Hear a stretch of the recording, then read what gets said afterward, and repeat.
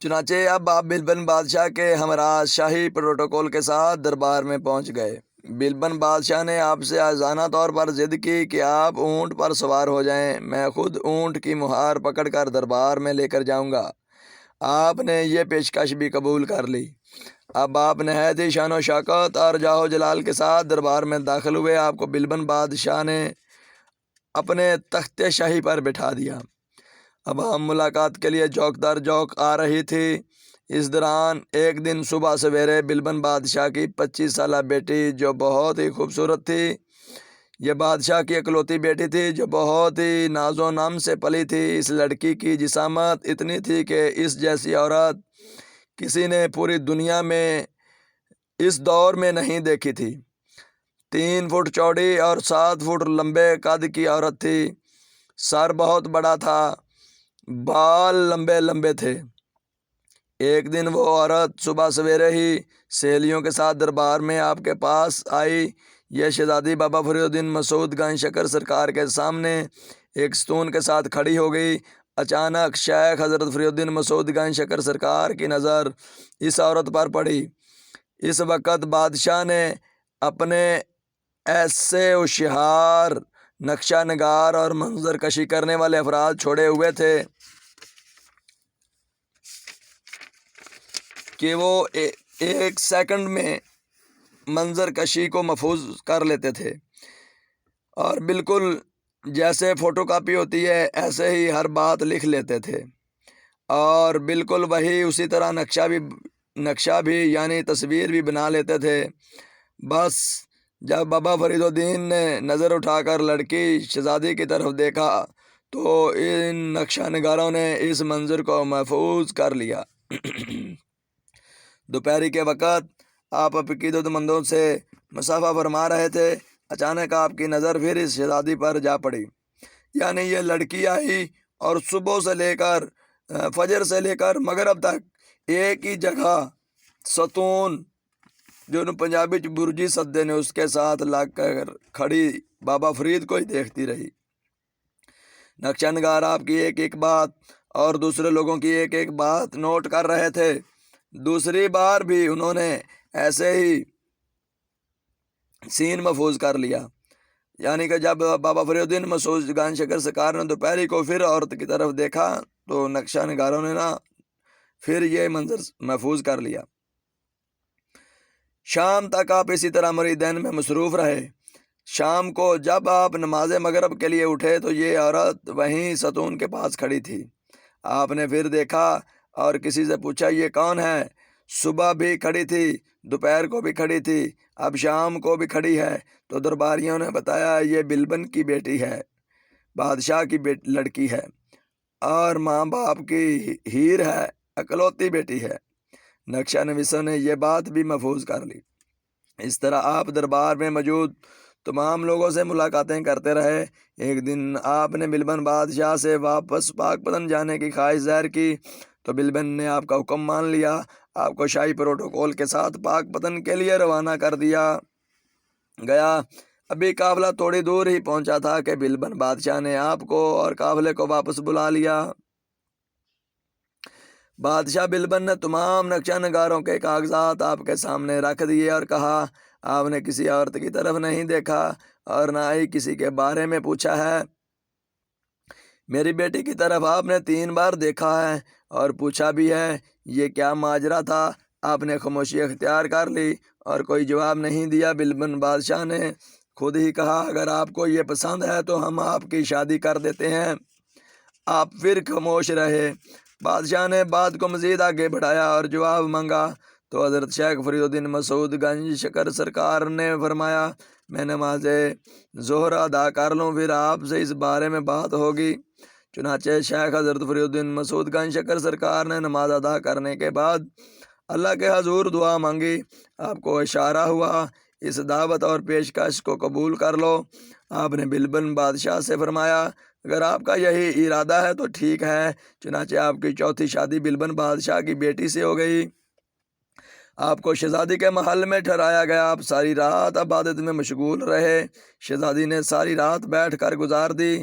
کہ شیخ حضرت فرید الدین مسعود گنج شکر سرکار اب میری طرف متوجہ ہوں گے، اب متوجہ ہوں گے۔ مگر صبح ہو گئی، آپ عبادت میں ہی مشغول رہے۔ صبح ہوئی، سہیلیوں نے شہزادی سے پوچھا، سناؤ رات کیسی گزری؟ شہزادی نے کہا، وہ رات پوری رات میں نے بیٹھ کر گزار لی۔ اگلی رات پھر اسی طرح انتظار میں گزر گئی۔ صبح سہیلیوں نے پھر یہی سوال و جواب کیے۔ اب کی بار تیسری رات سہیلیوں نے شہزادی کو کہا کہ اب شیخ فرید الدین مسعود گنج شکر سرکار آپ کا خامد ہے، آپ خود اس کی خدمت کرو اور اس سے بات بھی کرو۔ اب رات ہوئی تو شہزادی آپ کی طرف متوجہ ہوئی، آپ کو سلام کیا، حال احوال پوچھا اور آپ کے نہ بلانے کی وجہ پوچھی۔ تو حضرت شیخ فرید الدین مسعود گنج شکر سرکار نے فرمایا، ٹھیک ہے، تم میری بیوی ہو، ہم تو فقیر لوگ ہیں، آپ امیر ہیں، آپ کا اور میرا زمین آسمان کا فرق ہے۔ تو شہزادی نے کہا، ہم آپ کے قدموں میں ساری دولت رکھ دیتے ہیں، اس طرح آپ بھی امیر ہو جاؤ گے۔ اس پر شیخ حضرت فرید الدین مسعود گنج شکر سرکار نے فرمایا، یہ دولت دنیا کا مال ہے، ہمیں اس کی ضرورت نہیں ہے۔ یہ سن کر شہزادی بہت پریشان ہوئی۔ اس شہزادی کا نام آپ نے کلثوم بی بی رکھا۔ کلثوم نے کہا، تو اب پھر ہمیں کیا کرنا چاہیے؟ تو حضرت بابا فرید الدین مسعود گنج شکر سرکار نے فرمایا، تم کو میرے ساتھ چلنے کے لیے مجھ جیسا ہونا پڑے گا، یعنی میں بھی فقیر ہوں، آپ کو بھی فقیر ہی ہونا پڑے گا۔ چنانچہ کلثوم بی بی نے اگلے دن اپنا سارا سامان اور سارا مال غریب لوگوں میں بانٹ دیا۔ اس طرح کلثوم بی بی اور حضرت فرید الدین مسعود گنج شکر سرکار کی 5ویں روز بات بن گئی۔ بادشاہ کو جب معلوم ہوا کہ میری بیٹی بڑی سخی ہو گئی ہے، اس نے اپنا سارا سامان غریبوں میں بانٹ دیا ہے، تو بادشاہ سے رہا نہ گیا۔ اس نے پھر نیا سامان اپنی بیٹی کلثوم کے لیے بھیج دیا۔ حضرت شیخ فرید الدین مسعود گنج شکر سرکار نے پھر کلثوم کی طرف توجہ نہ دی، تو کلثوم نے صبح ہوتے ہی سارا سامان غریبوں میں بانٹ دیا اور آپ کو عرض کی، اگر ہم اسی طرح مال و دولت اور سامان بانٹتے رہے تو میرا ابو چند ہی دنوں میں بادشاہ سے غریب ہو جائے گا اور اس کی حکومت کمزور ہو جائے گی۔ بہتر ہے آج رات ہم یہاں سے ڈیرے کوچ کر جائیں۔ چنانچہ رات کی تاریکی میں سخت سردی کا دن تھے، آپ نے اور بی بی کلثوم نے محل کو خیر آباد کہا اور پاک پتن کی طرف چل پڑے۔ اس وقت پنجاب کے 5 دریا اکٹھے بہتے تھے اور یہ سب ایک ہی دریا تھے، 5 دریا نہیں تھے، اور 5 دریا مل کر ہی دریا کی صورت میں بہتے تھے۔ پانی دریا میں اپنے عروج پر تھا اور دریا کا پانی آسمان کی بلندیوں کو چھوتا تھا۔ ہر طرف سناٹا چھایا ہوا تھا، کالی گٹا، رات میں کو ہاتھ نظر نہیں آتا تھا۔ کلثوم بی بی نے شیخ حضرت فرید الدین مسعود گنج شکر سرکار کا دامن پکڑا ہوا تھا۔ شیخ حضرت فرید الدین مسعود گنج شکر دریا میں داخل ہو گئے۔ یہ دریا 7 دریاؤں کا ایک دریا تھا، اس کا نام ستلج تھا۔ اس کے پانی کی گہرائی 50 فٹ سے زیادہ تھی اور چوڑائی پورے برِ صغیر میں پھیلا ہوا تھا۔ دلی، لاہور، خیبر، پاک پتن اور ملتان جیسے جزیروں پر آبادی قائم تھی۔ بابا فرید کے دور میں دلی آباد تھا، لاہور بھی آباد تھا اور خیبر اس سے پہلے آباد تھا۔ پاک پتن اس سے بھی پہلے کا پرانا شہر آباد تھا اور ملتان بھی آباد تھا۔ یہ جزیرے تھے، یعنی کہ پانی جہاں جہاں کم ہوتا جاتا تھا یہ ٹبیاں نظر آتی تھیں، اس پہ آبادی ہو جاتی تھی۔ جزیرہ کہہ لو اس کو یا آبادی کہہ لو۔ یہ جزیرے جنت الفردوس کا منظر پیش کرتے تھے۔ تو وہ شیخ حضرت فرید الدین مسعود گنج شکر سرکار جب دریا میں تھوڑے آگے گئے، ساتھ ہی کلثوم بی بی بھی تھی، ڈوبنے لگے۔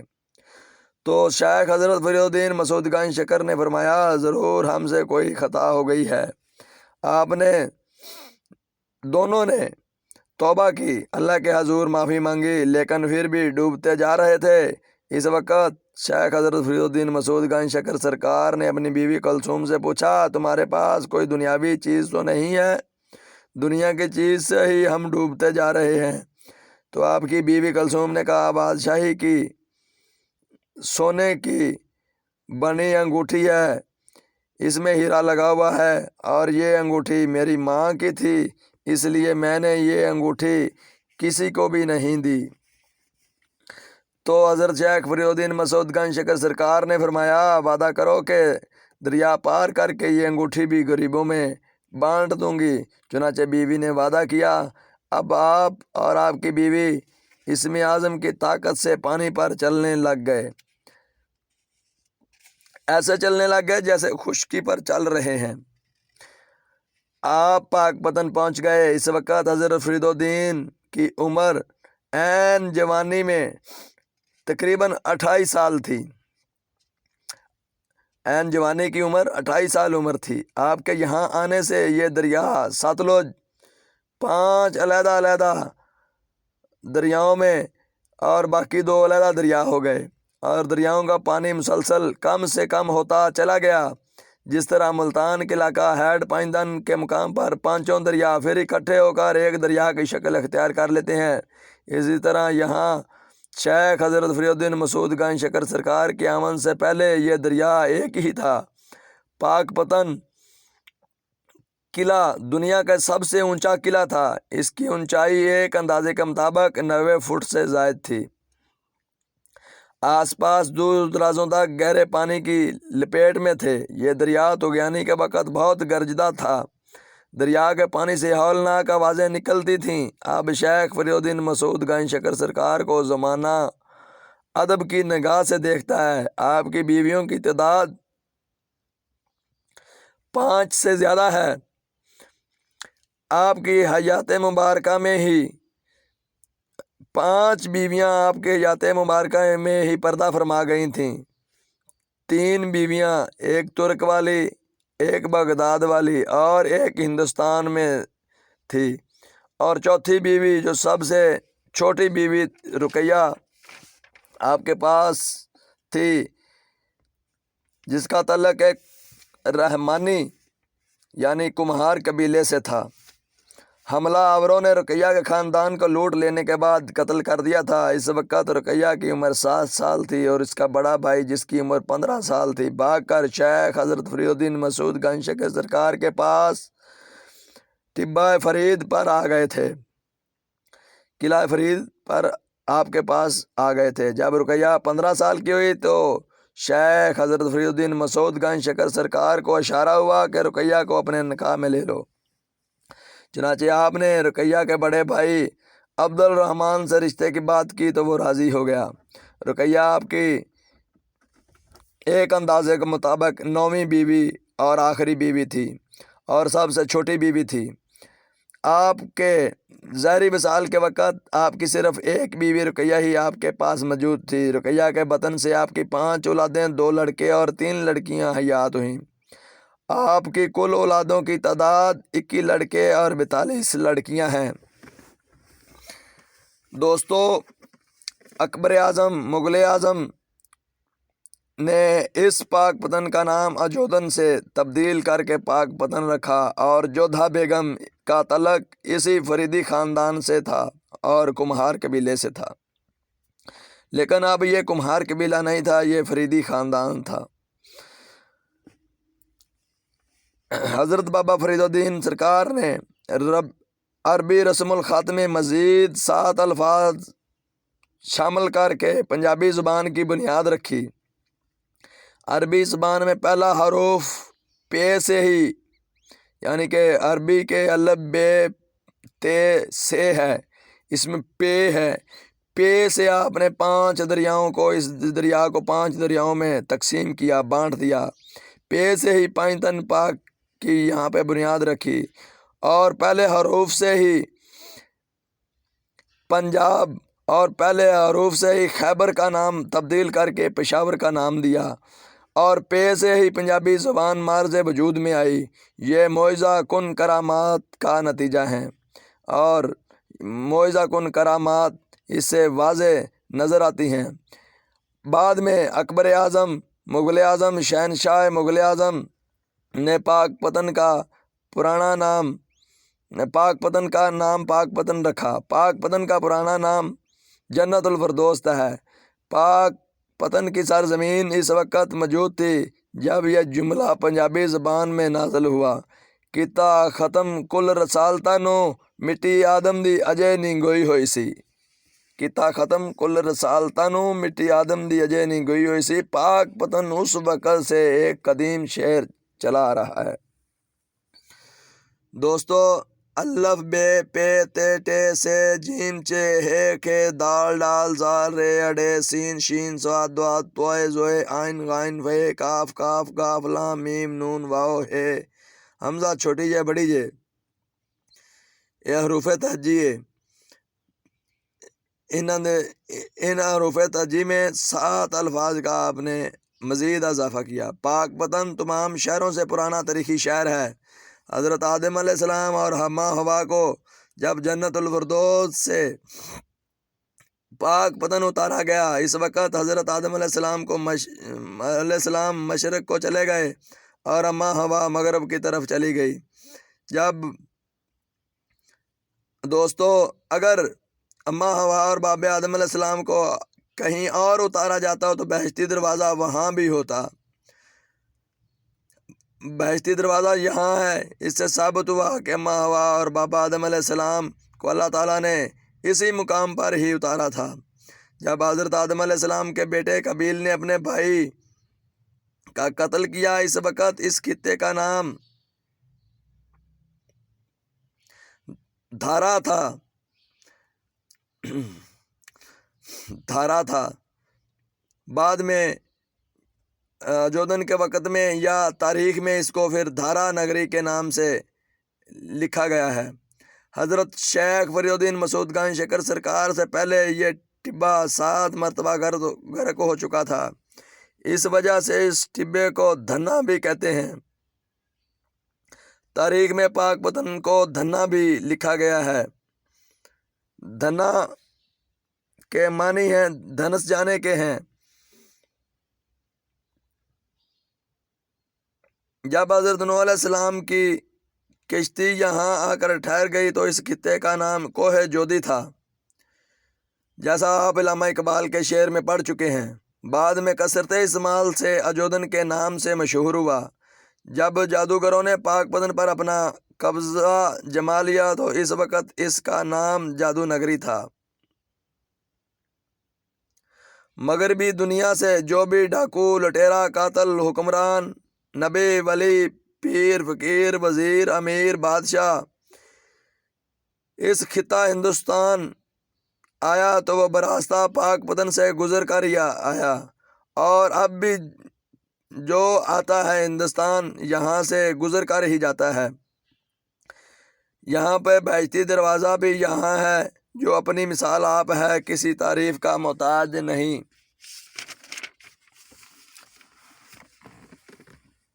دوستو، ایران کی شہنشاہ زادی حمیدہ اور ہندوستان کا شہنشاہ ہمایوں مغل افغانستان کو فتح کرنے کے بعد جب محرم الحرام میں پاک پتن پہنچا تو 9 محرم کو اللہ تعالیٰ نے چاند سا بیٹا جلال الدین محمد اکبر عطا کیا۔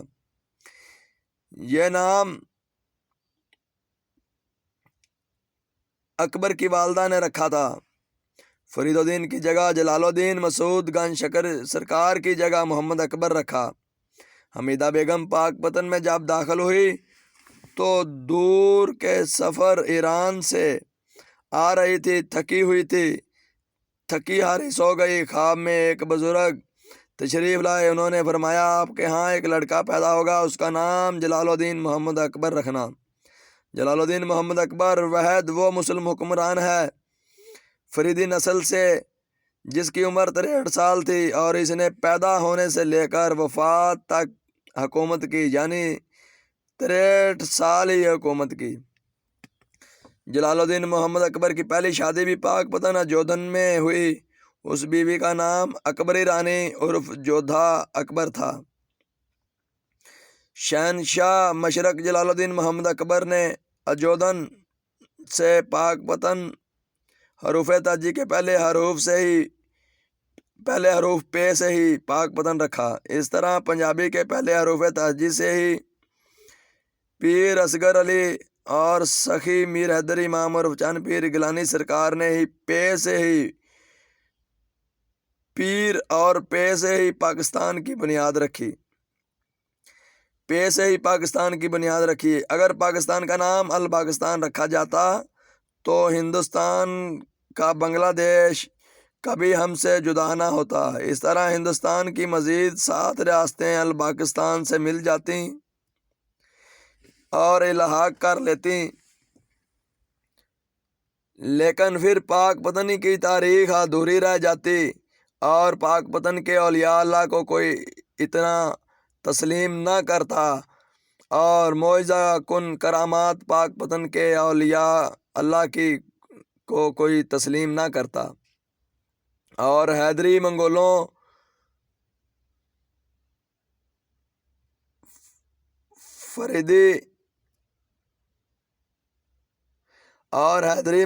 فریدی چٹان کی طرح دنیا کے نقشے پر نہ ابھرتے۔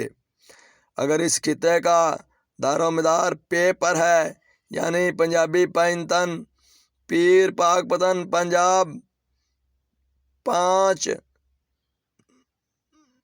پانی، پشاور، پاکستان پر ہے، تو یہ واضح ہے کہ میدان کربلا کی طرح ہم پر پہلے پانی بند ہوگا۔ آج کل پنجاب کے 5 دریا کربلا کے دریا کی طرح خشک ہو چکے ہیں۔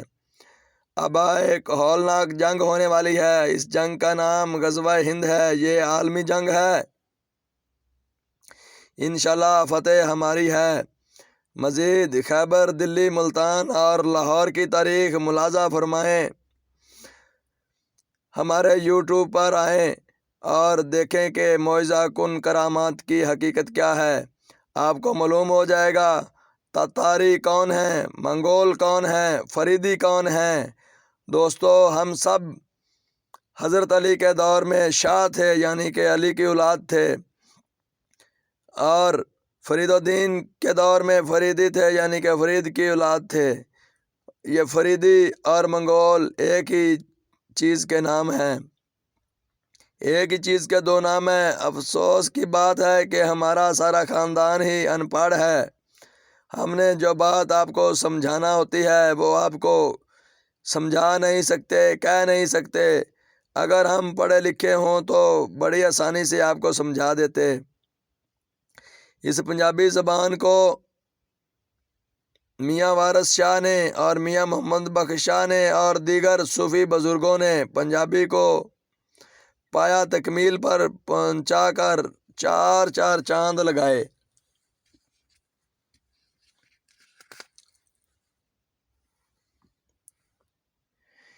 اس باب کی ضرورت اس وقت پیش آئی جب ترکی نے ڈرامہ ارطغرل الغازی میں منگولوں کے خلاف الٹی گنگا بہائی۔ اناطولیہ کا دوسرا نام ٹرکی ہے، جو پنجابی حروف تاجی کے پہلے حروف کے بعد ٹے آتا ہے۔ پنجابی کے دوسرے حروف ٹے سے ٹرکی کا مطلب ہے چکر دینے والے، دھوکہ باز، ٹھگ باز، فراڈی کے نام کی ہمارے چینل پر پاک پتن والے نظم ضرور سنیں۔ چکر دینے والے پاک پتن والے کے نام کی نظم ضرور سنیں۔ ہم نے ترکی والوں کو شیخ حضرت فرید الدین مسعود گنج شکر سرکار کی نسل ہونے کے ناطے ان پر بہت احسان کیے ہیں۔ ترکی والوں پر ہم نے کروڑوں جانیں قربان کی ہیں۔ ہمارے آباء و اجداد کی قبریں آج بھی ترکی کے چپا چپا میں موجود ہیں۔ مگر ترک والوں، ہم تو آپ کی عظمت کو سلام کرتے ہیں۔ الوداع ہندوستان، یہ بیان ملاحظہ فرمائیں تو آپ کو پتہ چلے گا کہ ہم نے کس قدر جانیں اور خون آپ کی خاطر بہائے ہیں۔ آپ سب کو ہماری قربانیوں کا پتہ چل جائے گا۔ ہم نے پاک پتن کے 5 پیروں کو درخواست کی ہے کہ کوئی علامہ اقبال یعنی کوئی پڑھا لکھا انسان کو پاک پتن میں پیدا کرو، تاکہ وہ صحیح معنوں میں پاک پتن اور پاک پتن کے اولیاء اللہ کی شان بیان کریں اور پاک پتن کی حیثیت کو دنیا بھر میں اجاگر کریں، جیسے ترک نے ارطغرل الغازی کے ڈرامے میں اپنی آن بان شان کو اجاگر کیا ہے۔ یہ ہمارے مقابلے میں 100 میں سے 5% بھی نہیں ہے۔ حالانکہ تقریباً 10% حصہ ارطغرل غازی ڈرامے کا حقیقت پر مبنی ہے، اور یہ ترک داد کے قابل ہیں، لیکن اگر ہم ایسا کوئی ڈرامہ تیار کریں تو ہمارا ڈرامہ 100% درست ہے اور معجزہ کن کرامات پر مشتمل ہوگا، جس کو ساری دنیا تسلیم بھی کرے گی۔ تو پانچ پیروں نے فرمایا، آپ علامہ اقبال کی بات کرتے ہو، ہم نے تو اقبال کو چن رکھا ہے، وہ ہمیں خوش کریں گے۔ دوستو، یہاں پر میں اس سیاستدان بزرگ کا نام نہیں لینا چاہتا جو پاک پتن کا پرانا سیاستدان ہے، مگر وہ بیماری کی وجہ سے لاچار ہو چکا ہے اور سامنے آنے سے گریز کر رہے ہیں۔ آپ نے فرمایا کہ ہم نے ان کو خوش کر دیا ہے۔ وہ اقبال کا اقبال یعنی ایک پرانا سیاستدان ہے، اس کے باپ کا بہت رعب اور دبدبہ تھا۔ تو میرے پیارے دوستو، پاک پتن اور پاکستان یہ مصطفیٰ اور مرتضیٰ کے نام کی جو جاگیر ہے وہ پاکستان ہے، اور جو اولیاء اللہ کی جاگیر ہے وہ پاک پتن ہے۔ پاک پتن کے بزرگوں نے ہی پاکستان بنوایا تھا، اور پاک پتن کے ہی بزرگوں نے ہی غزوہ ہند لڑنا ہے، اور پاک پتن کے بزرگوں نے ہی اور پاکستان والوں نے ہی پوری دنیا پر فتح پانی ہے۔ ارطغرل غازی کا ڈرامہ جیسے دکھایا گیا ہے، چلو ان کی بہت مہربانی، انہوں نے دکھایا دنیا کو کہ ایسے دنیا کو فتح کیا، لیکن انشاءاللہ تعالی ہم فتح کریں گے۔ تو آخر میں اپنی بہنوں سے گزارش کروں گا کہ اگر 1000 حرام زادہ ہو، فوج دشمن کی 1000 ہو اور وہ حرام زادہ ہو، اور آپ ایک لڑکا پیدا کر دیں، یعنی آپ نمازی ہوں، زانی نہ ہوں، تو ایک لڑکا اس 1000 پہ اللہ تعالیٰ کے حکم سے، معجزہ کن کرامات سے، اولیاء اللہ کی دعاؤں سے ان پر 1000 پر ہیوی ہو جائے گا۔